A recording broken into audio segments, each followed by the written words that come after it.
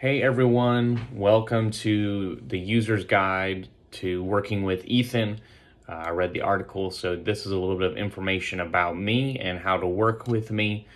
So I took some personality tests that will help you understand just a little bit about me. First and foremost, I'm an ESFJ according to the Myers-Briggs, which means I'm extroverted, sensing, feeling, and judging. So this really means I enjoy being around people and being in social settings. The information I take in needs to be practical. If it's abstract, I don't see the importance of it. Before making a decision, I tend to consider the feelings of others and try to make a decision that will result in the best outcome for everyone. When I make plans, I want to stick to the plan as much as possible because I can struggle to adapt to change. My Enneagram number is 2, which is considered the helper. I love helping people. It makes me feel valuable. I want to assist them in any way that I can. When my relationship with people becomes tense due to miscommunication, it can cause me to be anxious, and it creates a desire in me to resolve the issue as soon as possible. I care a great deal about what people think about me, which can cause me to strive for perfectionism. I often worry if I will be forgiven for my mistakes, and sometimes I can get upset when my priorities conflict with someone asking me for help, because often I'll put off my own needs to help someone else instead. My Strengths Finders test, there are 5 Strength Finders that are most important and most practical in my life. So the following are: 1, spirituality. My spirituality, my faith, it helps me understand every season of life that I'm in. Number 2 is love, showing people that they matter regardless of my relationship to them. Number 3 is fairness, treating all people equally and giving everyone a chance to succeed. Number 4 is kindness, helping those around me and supporting them in any way I can. And number 5 is forgiveness.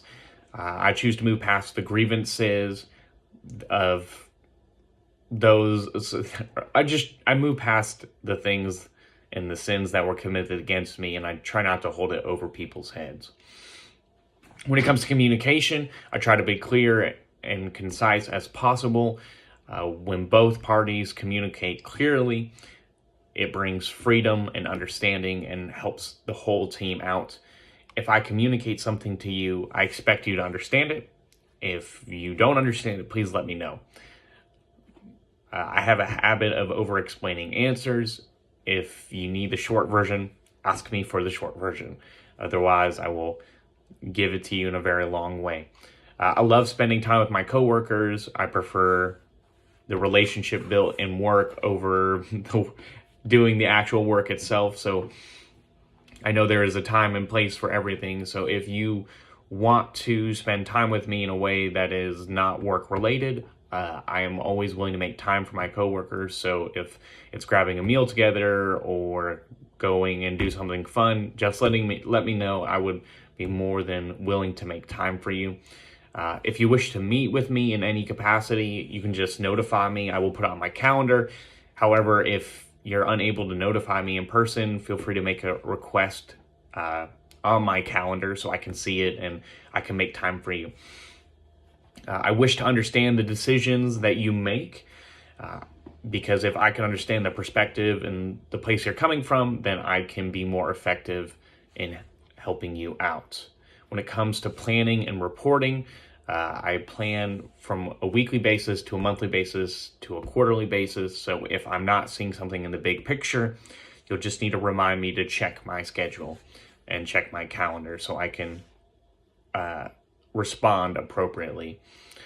I want to hear the stories and the data about people, because they're the whole reason why our company exists, to impact people. So the more we hear, the more of a chance we have to reflect and to grow so we can make a bigger impact.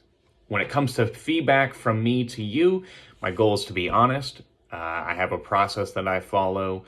I ask, hey, if you're available, do you have some time for feedback? If you're not, then I'll come and speak to you at a later time. If you are, I just want to say, hey, I saw you do such and such thing. When you do this, this tends to be the outcome.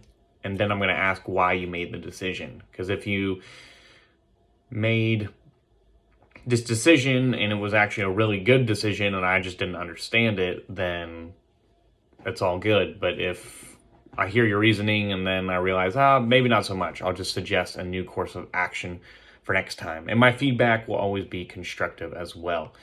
When it comes from feedback from you to me, feedback is welcome at any time. I prefer that you give it to me in private though, because when we do it in front of others, it can build resentment. I am imperfect. There are a lot of things that I don't do right. So please let me know so I can make the best effort to change and grow. Do's and don'ts: when you mess up, own it. Nothing is worse than someone who refuses to take responsibility for their shortcomings. Don't hold on to grudges. When someone offends you, seek reconciliation. Be honest, be vulnerable, be approachable. And our managerial style, the very focus of it is everyone should have a good day at work. And we do this by creating purpose in the work that we do. When we don't have purpose, we burn out, we get tired, we make mistakes. But when we are focused and on mission and we understand the reason behind what we're doing, we are able to give our whole 100% effort and we are full of passion. So for me personally, I'm very hands-on. I like to collaborate with my fellow team members as much as possible. There will be times where you will work on your own, but for the most part, I will be involved in the process because I want to contribute and help create the best things possible.